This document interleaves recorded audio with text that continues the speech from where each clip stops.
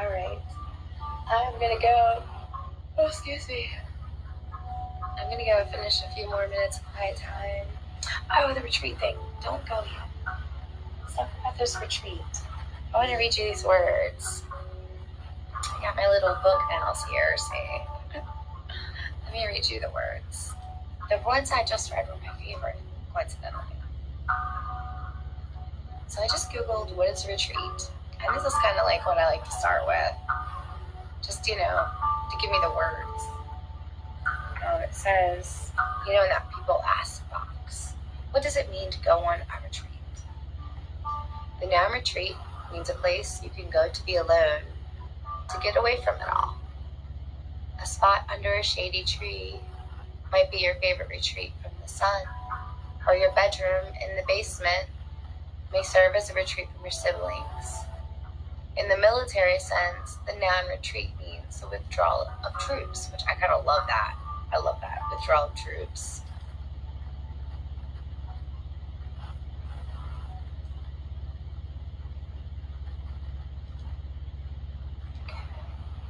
Then it says, what is the purpose of a retreat? There are many purposes. They allow you to pull back, get inspired, become spacious. How cool is that word? Detox, find your people. Way cool. Retreat comes from the Latin verb to pull back. So retreat or a retreat is a place where you pull back from the world. Which is why I think this is so cool. And just for the sake of timeline, the idea was, or the notion that we would be doing that this week came before reading this. Reading this just gave me an idea what to do in a group. Oh, excuse me. Can you tell I didn't nap today? How long is a retreat? A common format is 3 days that begin Friday evening and end Sunday. For most modern circumstances, a 1 week retreat is maximum and can be readily available.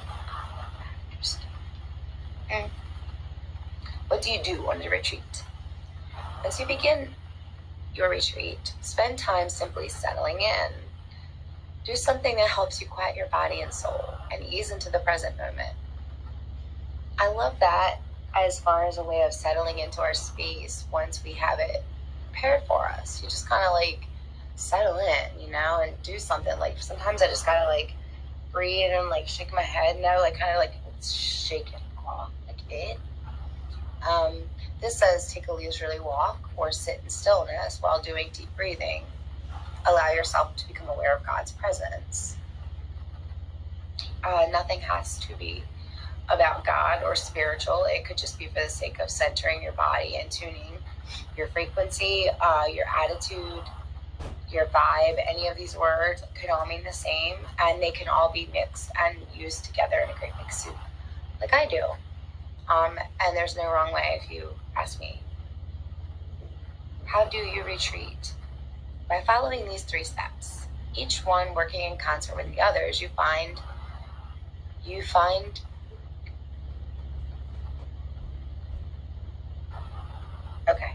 your way back to the center of your soul. But their words were even not right for my dyslexic eyeballs. 1, withdraw and relax. The first part of any successful retreat is relaxation. Agreed. Rejuvenate. Once you relax, rejuvenation is possible. 100% agreed. That's the purpose of meditation. You not only rejuvenate your vibration, which we were talking about, which is your most powerful point of attraction as a species being, as using your karma, as using your only real control other than force and manipulation, but in a way of letting your natural abilities do it for you by your attraction, which is what it's for. You rejuvenate that space. You tune it back to what you want. And even if you're in a space of, I'm okay, you could still go do that and just enhance more okay in a way of pre-paving, which we'll talk about at another time. But just a way of The more that you practice something, the more it becomes natural. The more you practice finding stillness and retreat, the more it becomes natural. Why is that a good idea? Because when you're about to lose your shit and you can't go sit in your quiet corner, you can get to a space where you can close your eyes and see your corner. You can feel your body in your relaxed space. And you can take control when things are about to follow and continue this loop, these loops that we all get so tired of running in the motherfucking hamster wheel. The same fights, the same jobs, the same relationships, the same bodily conditions, the same places, different, the same shit, different person, same story, different piece of candy, you know what I mean? So why?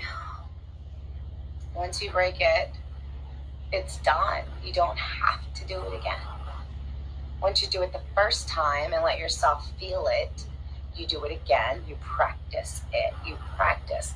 First of all, just breaking one of these cycles the first time that you do it, and in a way that you're not pushing against, because that's not breaking a cycle. Breaking a cycle is making a neutral movement away from the action you've already been doing. You can't break a cycle with more negative pushing against. That's only inflaming the cycle. You have to literally retreat. God, sometimes Rose is a genius. I don't want to tell her to her face because she has got quite a head on her. Anyway, that's why we retreat. And ultimately, this is how we gain everything that we want. And not in a manipulative way, because when you're retreating, you're going into a place of your most calmness of your being. What's it like? This is gonna sound really mushy, but our vibration, our core, vibrates love. And however you kind of want to call that, that's really what it is. And the more you can practice retreating in, the more you're practicing the vibration of love. And that is there's not a right word. That's such a powerful tool in a way that it's easy at first to do it to things that we already love, like our kids, our cat. It's easy to love things we love. It's not easy to love things that we don't love. And it's not something that we should do in a way that we like things that are shitty for us. That's not what I'm saying. But when we can bring love into a space where it's usually not, things transform. Period. Love is always a dominating vibration. It's like fire. It is fire for your everything. Fire will save, love will save you from, love is the opposite and the same of fire. It's it's the soother and the igniter for your vibration, for all that we are. And I think the best way to discover that purest part of us and to see who we are there is by getting quiet with yourself a few times every day for 5 or 10 minutes for a week and see how it goes. And then the next week we'll do it again.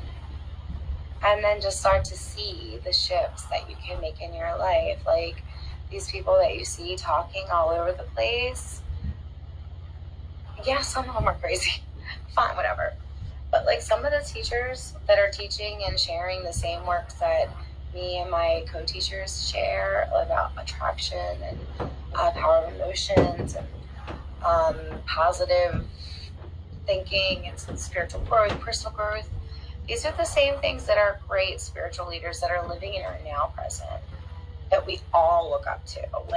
The normal, cool, it's cool if they say it. Well, if Deepak saying it, it's got to be cool. Or who is it? Another Gabby Bernstein. All of these people that are teaching us, Tony Robbins, all these people that teach you about how important these things are, that's fine. so that you can take control of your life, so that you can be in charge, so that you can be the karma pointer. Like, karma isn't a punishment. It is the word for attraction that we have that's prettier, I guess, maybe. But it's that. Your karma, you get out what you put in, it's attraction. And that's happening in every moment that you're awake. From when you just wake up to you go to sleep, you're in that loop, And there's cycles. There's cycles throughout the day. There's cycles that, they're ongoing, big or small, like work. They can be broken down and dissected in all kinds of ways. But ultimately, it starts from the belly, listening to that feeling and the retreat, finding peace and how to soothe that feeling there, and gaining control of this spot, and watching how many other things fall in line, because it's pretty cool. All right, I'm gonna go snuggle with kittykins and enjoy the last few minutes of quiet time. I went upstairs to rewind Blue Planet. That's our quiet time movie. And once it goes, I rewind it again to 20 minutes and I let it play. So an extra 40 minutes and slide in, maybe, usually. I go up there today and Spoon's sleeping on their couch. It was so cute. They're sleeping together. Again, they slept together in bed last night. I slept on the couch. It's pretty uncomfortable. I mean, we only have a queen size bed, okay? These are some big boys. And sometimes I need space.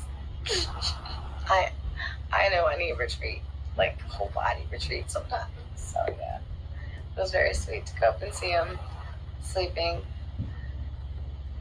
So I'm gonna go not sleep. We're gonna go finish our garden work. We've been doing seed planting today. We're gonna start doing seedling and seeding Sunday, seedy Sunday, where we play with our little homemade. What's it gonna be, a greenhouse sort of thing? Yeah, it'll be cool. All right, have a great rest of your day. I miss talking to my friends like crazy. We did a Zoom with the drum circle, drum church last night. Really good time. The kids were mostly Spoon kept them upstairs for most of it. It was so nice to kind of shut my eyes and sort of remember, but I have to say it was hard. It was hard not being in the room. Because, the little ones, it's hard to totally tune in the way I'd love to. But it was really cool to do that, the drum church thing. And I see people doing games on Zoom. How fun is that? So yeah, I'm going to probably Zoom myself in somewhere this week and get some more human interaction, because I just love that. It's really cool. Yeah. I mean, aside from work, so work is great too. It is really cool to have that, but I'm gonna play. All right, guys, I'll see you later. Bye. Oh, it didn't count.